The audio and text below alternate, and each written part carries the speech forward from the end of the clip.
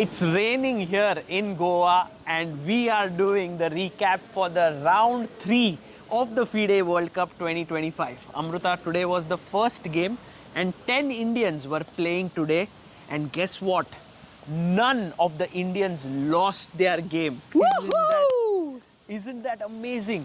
Like, you know, there were very strong opponents that they were facing, but somehow each and every player gave it their best and managed to hold their own. There were 3 wins and 7 draws. And which was the game of the day for you?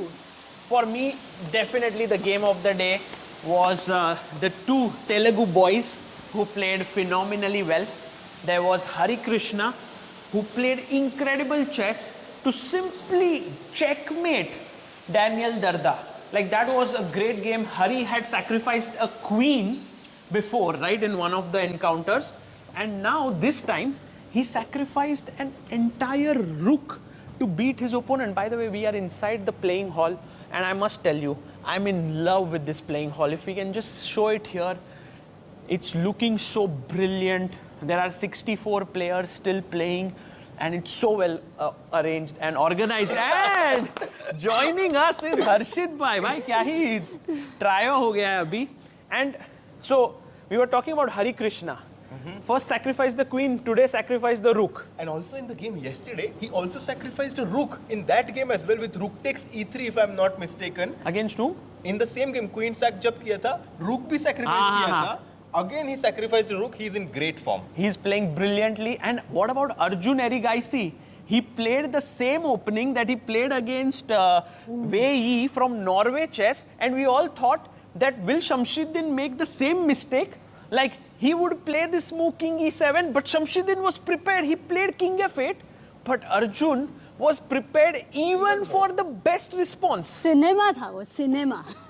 And then Arjun simply crushed his opponent. Arjun actually showed what top level chess preparation is all about. And that's where he was playing. Board number 2, Arjun Erigaisi.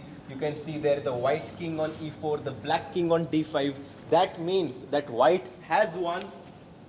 And also, by the way, guys, I must tell you, I love these chess sets. In fact, you know, on top 5 boards are these chess sets. They are used in the World Championship matches these days.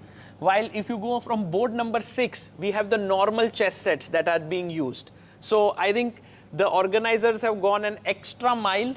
I think FIDE has gone an extra mile to get these beautiful chess sets here. If Absolutely. DGT is watching, I would love to get a chess set. It's so good. Bye, Harshit, bye.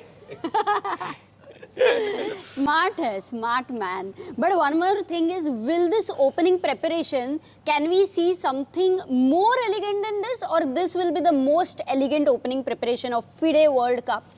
Could be, yeah, I'm pretty sure we'll see much more than this. We also had another win of Buddy Pranav. Buddy Pranav played a great game. There was a small bit of commotion in between the game, where I think Pranav made a move and did not write it. And so his opponent complained to the arbiter saying that he did not write his move, and Pranav was like, okay, what's the big deal? And then he played like very quickly and beat his opponent. I mean, this happens in sports. If you talk about cricket, you know, sometimes a bowler comes, he's ready to bowl the ball, but he doesn't bowl. And the batsman gets a bit upset. So during the heat of the moment, sometimes some of these things happen. But as we said in commentary, after the game finished, they both shook hands. And that's, you know, they're said like, whatever happened before has all been forgotten. They move on. And that's sportsmanship. Gentleman's game. It was wonderful. And also Pranav beating the Wesley So Slayer, Stremavicius. I think that's amazing. I think Pranav is showing his class here and could very well go to round number 4. So these were the 3 wins that we had today. And there was a huge incident that happened in the Vincent Keimer versus Pranesh board.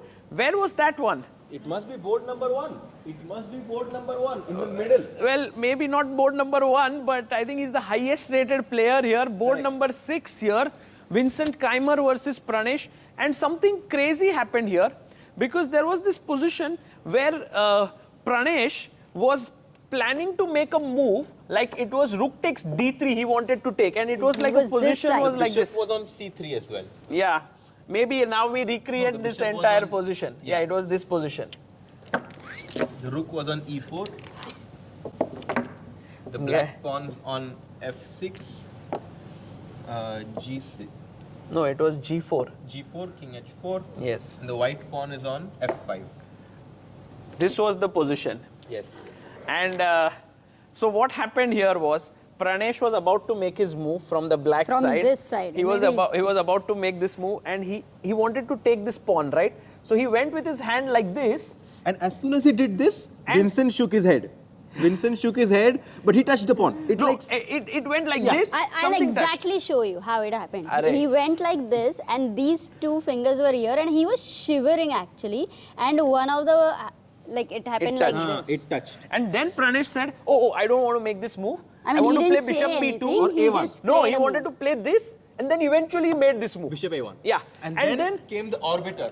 The arbiter came, he paused the clock like this and said that you have taken the, you have touched the Contact, pawn on yeah. d3, you have to take. And at that point, Pranesh was like, okay, I have to take the pawn on d3, but I'm sure after the game he's like, yes, maine maar diya pawn. No, but it was the most incredible thing is that rook takes d3 was the best move in the position, and Yeah. bishop a1 was not. So actually, Pranesh was going to make the second best move in the position, but the arbiter kind of told him, you have to make the best move. Yeah. And so he had to play. He chop on d3 तो मारना पड़ेगा. भाई रुक d3 रुक e3 है मेरे पास. What about rook e3?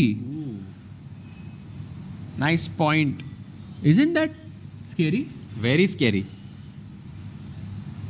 He touched it. He has to take. The pawn was touched. Yeah. Oh, he's And shaking his head. Vincent Why shook is his head. Vincent shaking his head? He has to take by. ये क्या कर रहा है? I think if he doesn't take, then Vincent करेगा. could Claim. say that, oh, you had touched the pawn. Why is he shaking his head? I don't know. I think he just saw rook e3 there. I mean, Pranesh was going to take the pawn. He saw rook e3 and he's like, let me think a bit more. He takes. No, Arre, he's arre, moving arre, the bishop. Hey, this is not. He has to hey. take, na? What? Oh, Vincent did not claim as well, yeah? Actually, this is a blunder by. Yeah, and the arbiter Oh, says arbiter- that you touched the pawn. Oh, will the arbiter save him from a blunder? Wow. That's what I thought. Oh, that's insane. Wow. Wait, what? Wow. But can the arbiter claim or? I think so, you can. I think arbiter, it's by rules that arbiter Oh my can God. come and point out. It's Touched the interesting. pawn on d3, so it was Yeah. very interesting that he did in fact mean to take the pawn on d3 previously, and he touched.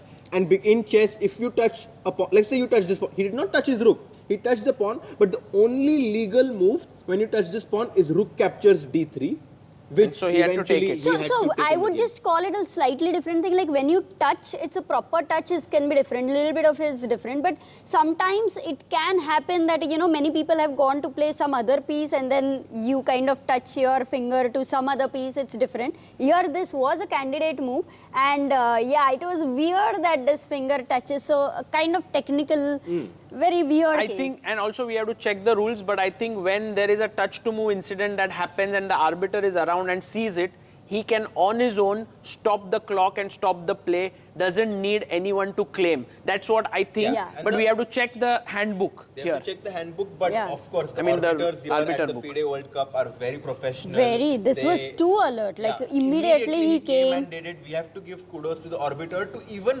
recognize this happened. I know. Like we had to zoom and then go slow mo, Yeah. and then we need. But we he had was to there. check, He was the- like the third umpire of Exactly. cricket. Very alert. Yeah. Yeah, And it then we touched had like 7 this. draws today. We had Gukesh, who played like very calmly with black pieces, made a draw against. Gukesh was playing against Frederick Swanner.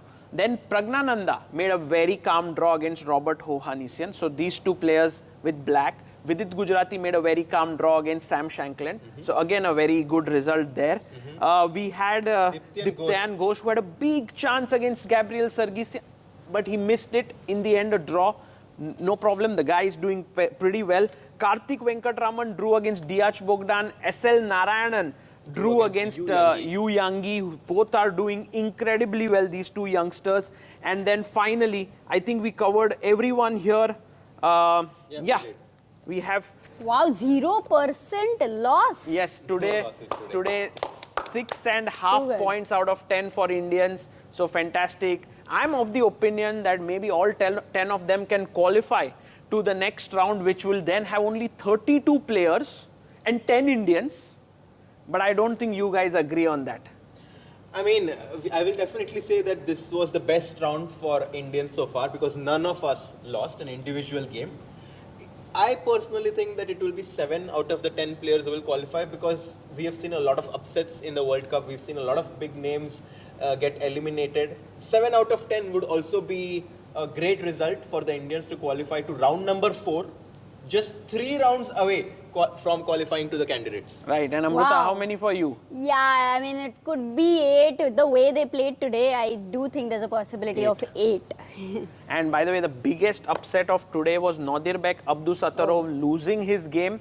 So that is one thing against Jose Martinez. Big loss there. But, Any but other you know, in upsets? spite of playing an amazing game for until 70%, that was a bit sad for him. No, I think Jose Martinez then also Later. played beautifully. Beautiful.